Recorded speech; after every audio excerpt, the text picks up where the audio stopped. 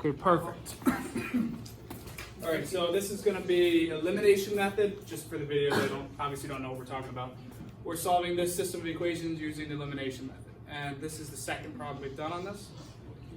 All right, so the question was, does this method always work? Well, the answer is yes if it's set up properly. So here's the real thing, is this set up properly? Here's how you know if it's set up properly. Are the x's stacked on top of each other? Yes. Are the y's stacked on top of each other?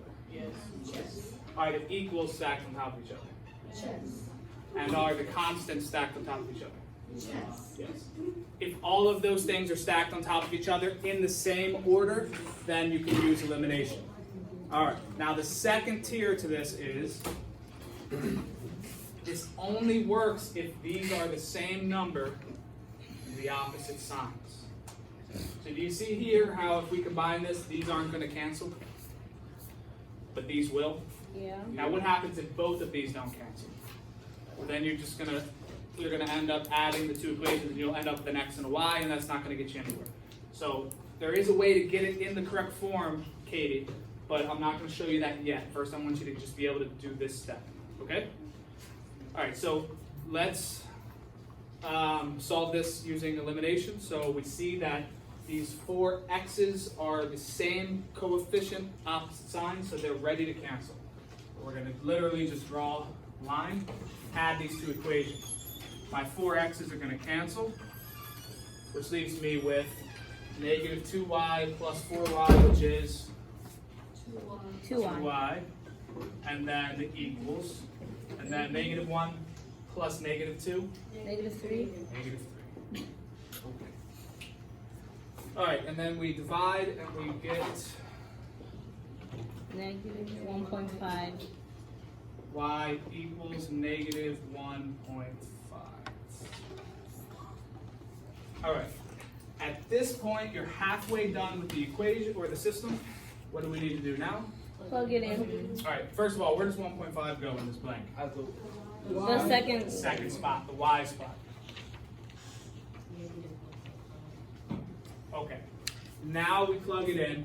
And Kazi, to tell you the truth, there's really no better equation. It's always going to be pretty much the same thing with elimination. So we can plug it into either equation, and sometimes there's an easier one, sometimes not. But for purposes of this, I'm just going to plug this into the first equation. Okay? So we have 4x minus 2y equals negative 1. And we're going to substitute this y in for this y right here. Just like substitution, right? So really elimination's only it's only different for the first part of it, right? The second part's pretty much the same, correct? Yes. Same as substitution.